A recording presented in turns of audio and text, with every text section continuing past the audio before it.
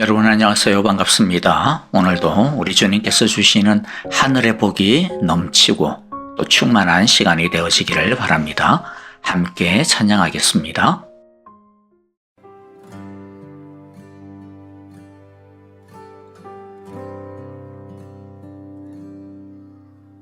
보혈을 지나 하나님 품으로 보혈을 지나 아버지 품으로 보혈을 지나 하나님 품으로 한 걸음씩 나아가 보혈을 지나 하나님 품으로 보혈을 지나 아버지 품으로 보혈을 지나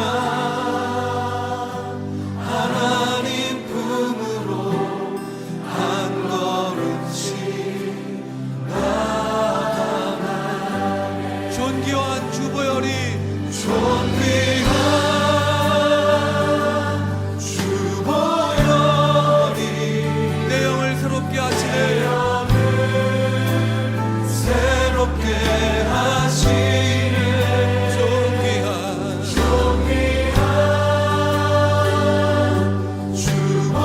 주보혈이 내 영을 새롭게 아멘. 우리 자매님들만 고백하겠습니다. 보혈을 지나 하나님 품으로 보혈을 지나 아버지 품으로 보혈을 지나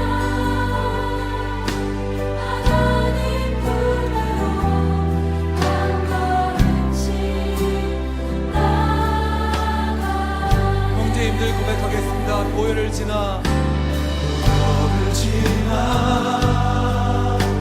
하나님 품으로 보혈을 지나 아버지 품으로 보혈을 지나 하나님 품으로 한 걸음씩 나아가네. 다 같이 존귀한 주보혈이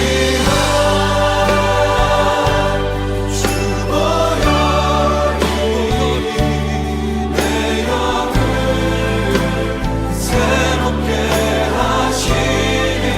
존귀한 주보혈이 내 영을 새롭게 존귀한 주보혈이 내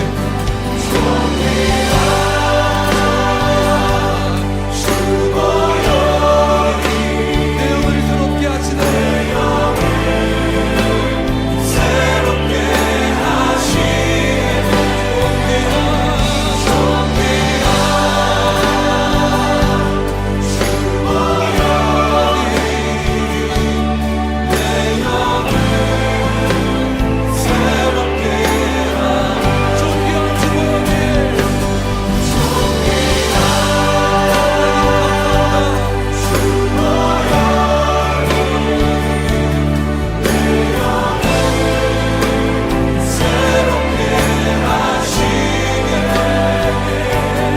존귀한 주보혈이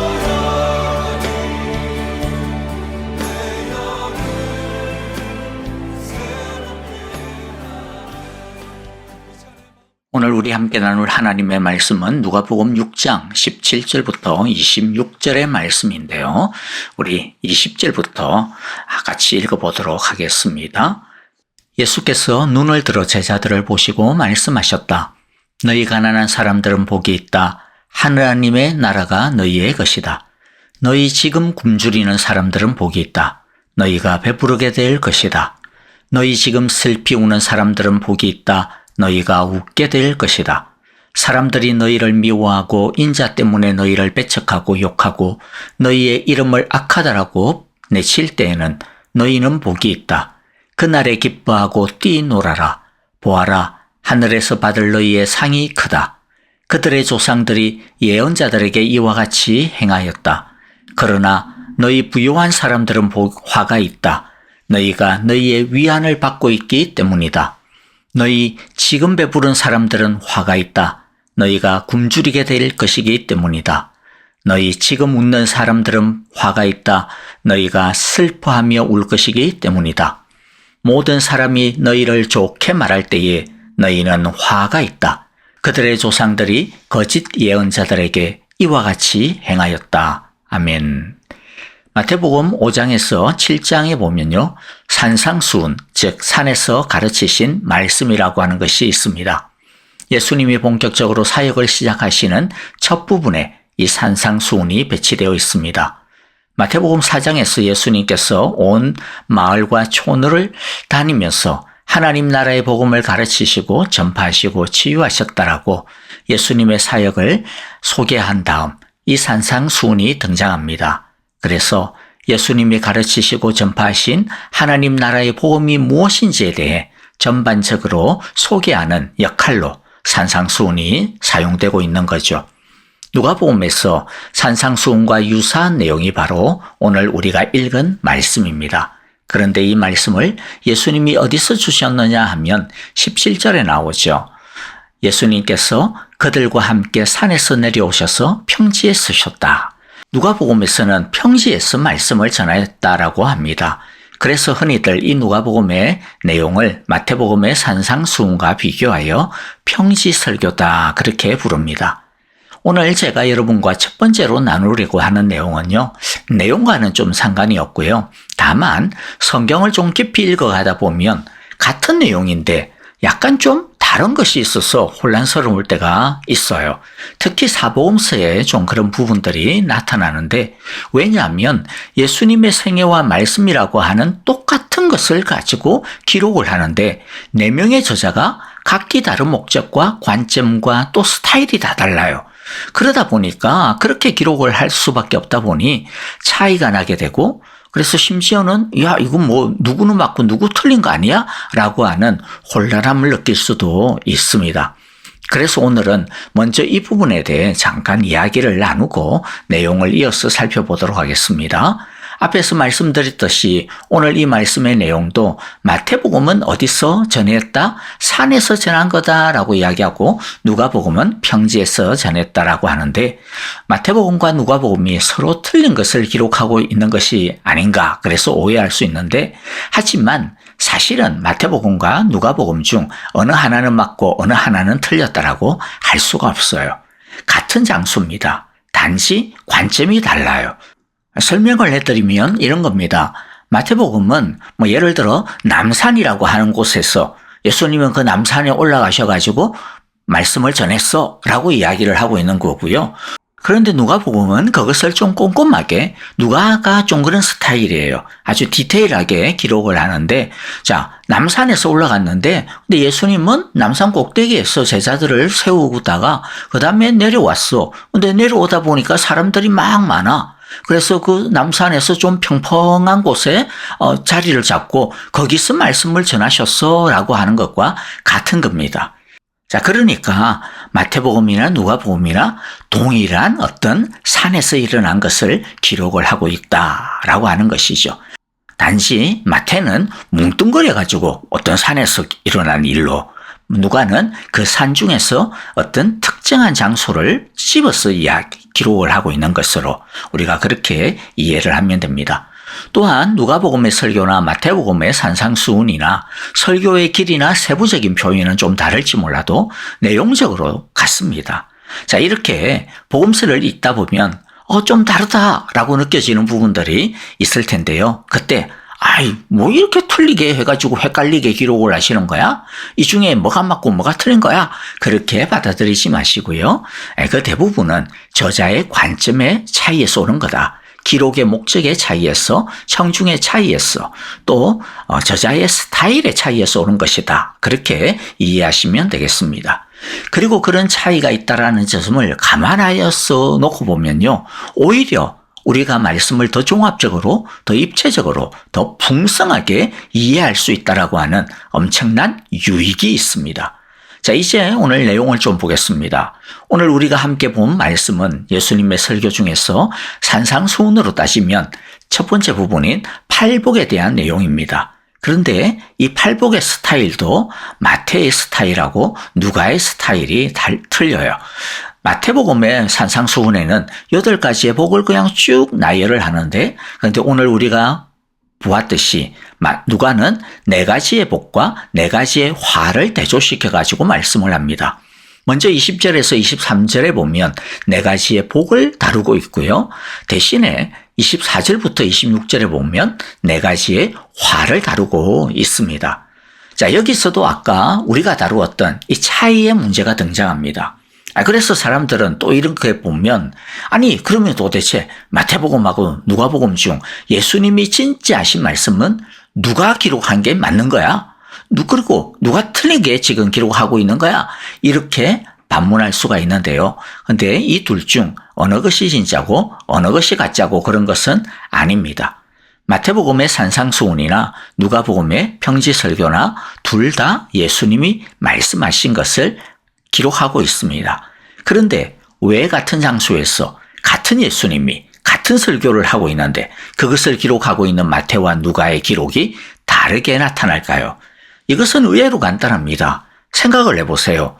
마태복음이든 누가복음이든 예수님이 하신 말씀들을 전부 빠뜨리지 아니하고 다 기록을 하고 있는 것일까요?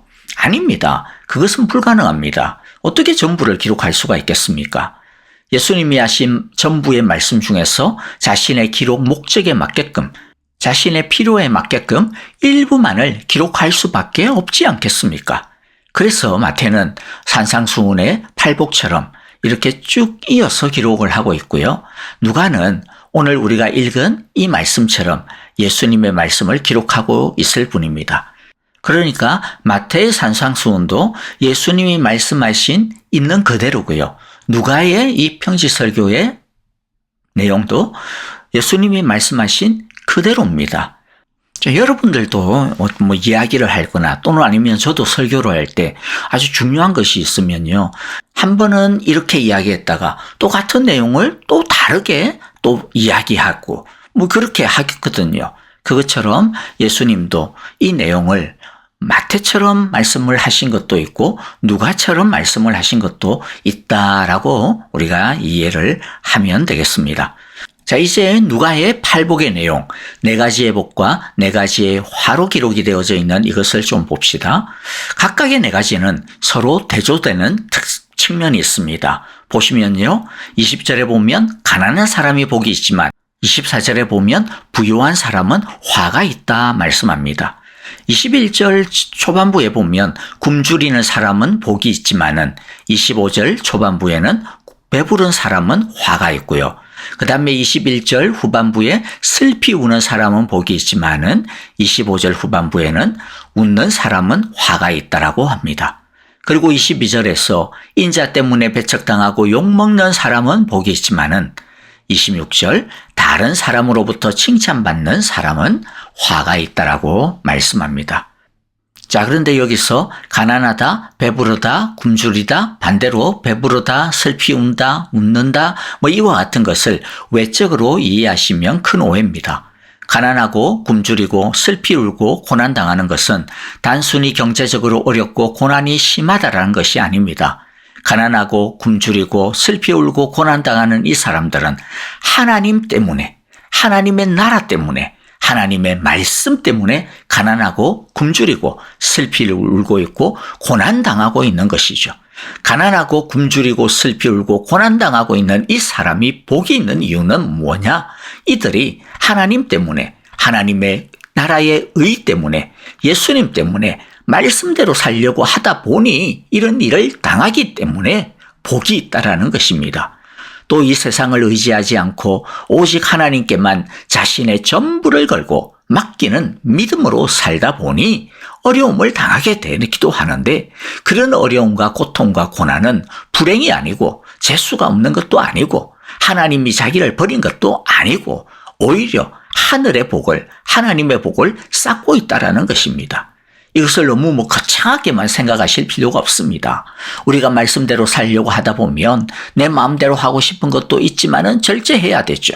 내가 할 수 있는 능력이 있어요. 내가 충분히 가진 것도 많아요. 하지만 하나님이 원하시는 건가? 하나님이 기뻐하시는 건가? 그런 것을 따져가면서 하다 보니 내 마음대로 할 수도 없어요.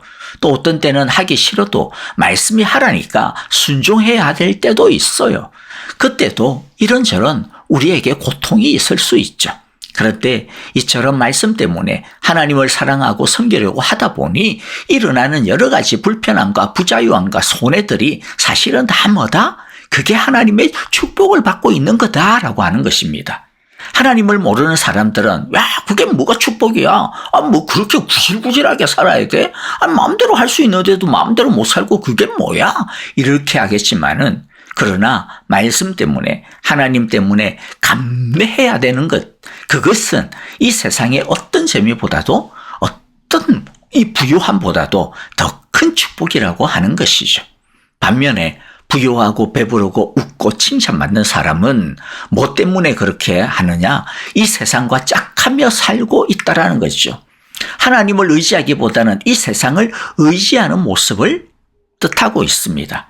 겉으로 보기에는 복 있는 사람처럼 보여도 그런 사람이 하나님 없이 부유하기 때문에 결국에 그들의 실상은 뭐로 가득 찬 거다? 하나님의 화로 가득 찬 삶일 수밖에 없다라고 하는 것이죠. 오늘의 말씀을 통해 주님께서 우리에게 주시는 교훈이 무엇입니까? 진짜 복은 이 세상의 그 모습이 아니라는 것이죠. 그것에 속아서는 안 된다라는 것입니다. 진짜 복은 하나님 편에 있느냐, 하나님을 의지하느냐에 달려있다라는 겁니다. 진짜 복은 사람이 칭찬하는 것이 아니라 하나님이 칭찬하는 것, 하나님이 인정하시는 것에 달려있다라는 것입니다. 진짜 복은 이 세상의 것으로 웃는 것이 아니라 하나님이 웃게 해주시는 것으로 웃는 것에 달려있다라는 것이죠. 예수님의 제자는 이 세상의 가치관과 다른 가치관을 가지고 사는 사람들이다.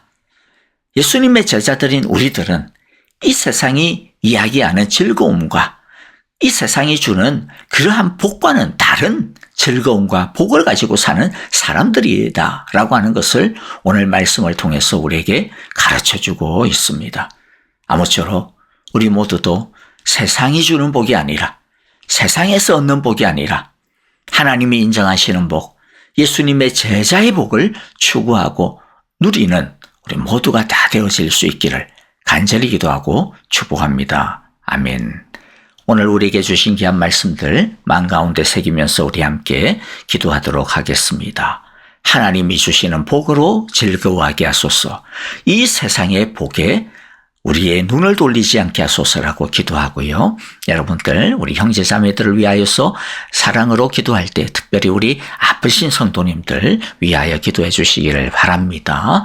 우리 김정수 권사님을 위하여서 여러분들 간절하게 기도해 주시기를 바라고요. 그리고 지수영 집사님을 위하여서도 기도해 주실 때 이제 5월 15일에 이제 수술이 예정되어져 있는데 그 동안에 몇 가지 검사들도 있습니다. 방사선 치료 잘 마치게 해주신 하나님의 은혜에 감사드리고요. 또 수술까지 정말로 더 건강하고 잘 몸을 추스려서 수술 잘 받고 정말로 깨끗함을 얻는 그러한 치유의 은혜를 달라고 우리 기도해 주시기를 바랍니다. 선교사님들을 위하여서 기도하고 또 특별히 내일 주일이죠. 우리 사순절 주일 예배 드릴 때 하나님의 은혜, 십자가의 사랑이 넘치도록 임하게 주옵소서. 우리 함께 기도하겠습니다. 찬양하며 기도합니다.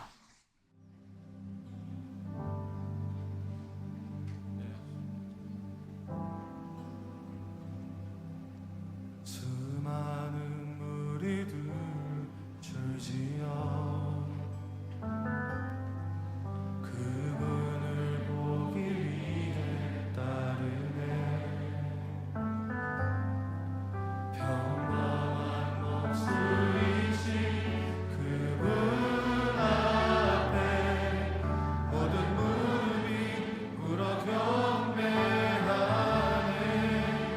문제들 하나